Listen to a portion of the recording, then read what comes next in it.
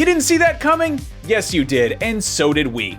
WandaVision Episode 7 finally pays off with some real answers about what we've even been watching this whole time and who, the real who, is actually behind the scenes pulling the strings. There are new connections to the MCU, some brand new superpowers, the fate of Darcy inside the newly expanded Westview anomaly, and of course, a fresh batch of Easter eggs. But first, we have to warn you, to do all of this, we're gonna have to spoil darn near everything that just happened, so if you haven't watched yet, now would be a good time to pull the covers over your head and rest your eyes for a bit. And now that we're past the spoiler warning, it's time for the big reveal. It's been Agatha Harkness all along. It's been Agatha all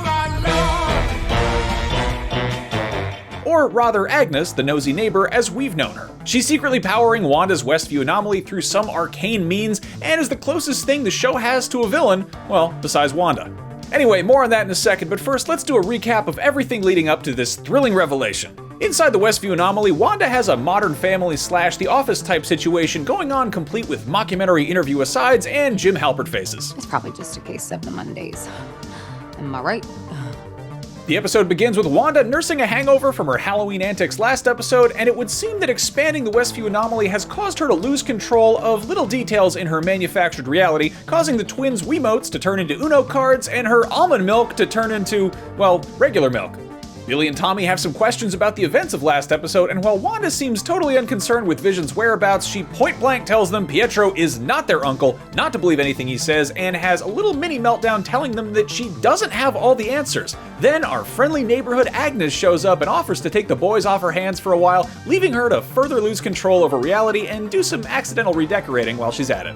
Wanda isn't the only one not buying Pietro's avuncular masquerade. Vision and Darcy are both fully convinced he's an imposter, and Pietro is all but absent from this episode until a very brief glimpse at the very end, post-credits, when he pops out of nowhere. And while this episode seems to establish Agnes, aka Agatha, is the big villain, we once again have a nagging suspicion that Wanda's brother might actually be the extra-dimensional demon Mephisto cosplaying as Quicksilver. Whoever he is, he's in cahoots with Agatha. You didn't see that coming. Ever since Teyonah Parris was cast in the show, Marvel fans speculated on how she might acquire her superpowers and which of her many superhero codenames from the comics she might adopt. We got answers to both questions this episode. The powers activated as she crossed the anomaly barrier for a third time, proving third time is the charm, and though nobody explicitly said it in this episode, it's pretty clear that she'll become the hero Spectrum based on what happens to her as she crosses the barrier and the way her powers manifest. Monica's secret engineer friend turned out to be just another red herring. No Hank Pym, no Reed Richards, just a big dorky moon buggy tank thing that had one job, which it was totally incapable of doing, spurring Monica to basically say screw it, I'll walk, which subsequently activates her superpowers. Meanwhile, outside the Hex, acting sword director Hayward sure looks like he's prepping something vaguely villainous. Based on how he was talking last week, it seems like he might be trying to nuke the Hex and be done with it for good. More than that, Hayward's interest in the Hex seems to be less about Wanda and more about Vision. When Monica confronts Wanda at her home, she tries to tell her that Hayward planned to reactivate Vision and use him as a weapon, using Wanda as a scapegoat for the whole Hex situation. Don't let him make you the villain. Maybe I already am.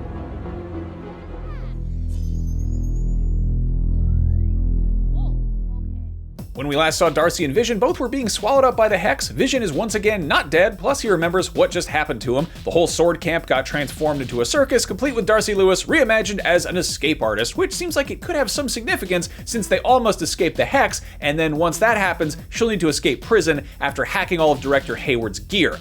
Cybercrime is real, people. It's no laughing matter. Anyway, Vision zaps her memory back into place, they steal a funnel cake truck, and the two get to work to help Wanda and the rest of the Hex hostages. Along the way, Darcy explains all of the many messed up things that have happened to Vision recently, like, being dead twice, or is it 3 times now?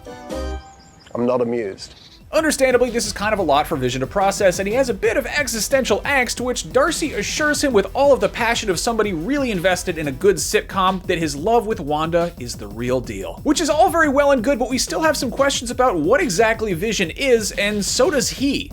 Here's what we know. After being killed by Thanos, Sword took Vision's body, attempting to reactivate it. Thanks to Darcy and Monica, we know Sword intended to use Vision as a living weapon against otherworldly threats. We know Wanda stormed the Sword facility, absconded with Vision's body, both reappearing inside the Hex, explaining why Hayward is so eager to burn it all down.